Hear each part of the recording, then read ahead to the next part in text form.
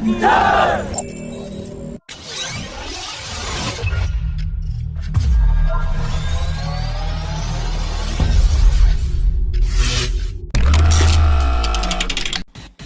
a time when Japan was hosting the Quad Summit in Tokyo, 2 Chinese H-6K bombers and 2 Russian Tu-95 bombers flew over the Sea of Japan and East China Sea together, and this coordinated bomber flight is seen as an apparent show of force against the Quad group.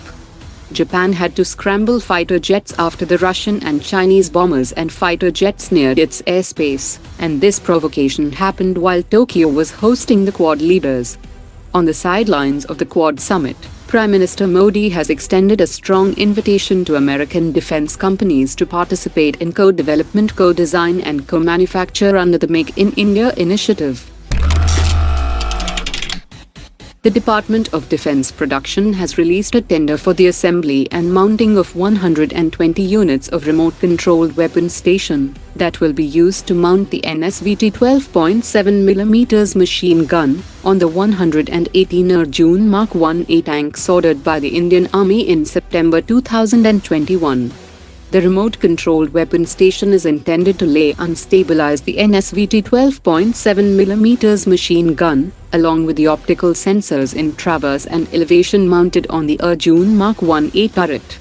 The system will allow the operator to control the gun and sight from the operating console and joystick from inside the turret.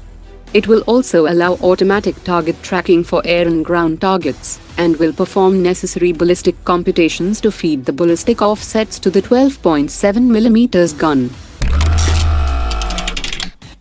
The Ministry of Defence and the Indian Air Force are looking to scale up the production of the Astra MK1 missile, as Hindustan Aeronautics and Indian Air Force is working on enabling 4 more Su-30 squadrons to equip them with the Astra MK1 missile by end of 2023.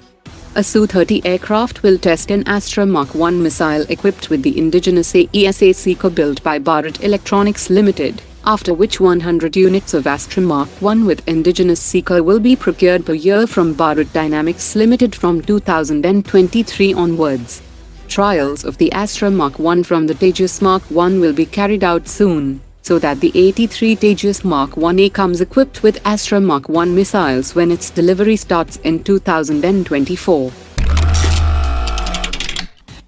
One of the 2 Boeing FA-18E Super Hornet which had arrived in India for capability demonstration to the Indian Navy was spotted flying over Goa. The Super Hornet is a proven carrier-borne fighter that has 11 hardpoints to carry air-to-air missiles, air-to-surface missiles as well as laser-guided bunker-busting munitions. Experts have said that procuring the FA-18 will deepen cooperation with the US and boost interoperability with the navies of Quad partners. The Indian Army Chief visited forward areas along the line of control, which showed the deployment of DRDO-developed lightweight portable Ashlesha 3D low-level lightweight radar, which is a multi-beam ground-based radar that can be operated remotely from 1 kilometer away, that features friend or foe identification system, and can detect and track 100 air targets including helicopters, fighter jets and UAVs flying at low and medium altitudes at a range of 50 kilometers.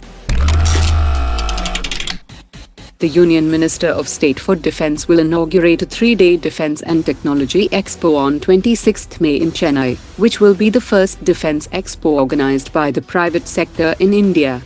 There will be more than 250 stalls by micro, small and medium enterprises, and more than 50 stalls by public sector firms like Hindustan Aeronautics, Bharat Forge and Bharat Dynamics Limited, as well as foreign companies including French firm Dassault Systems and many others.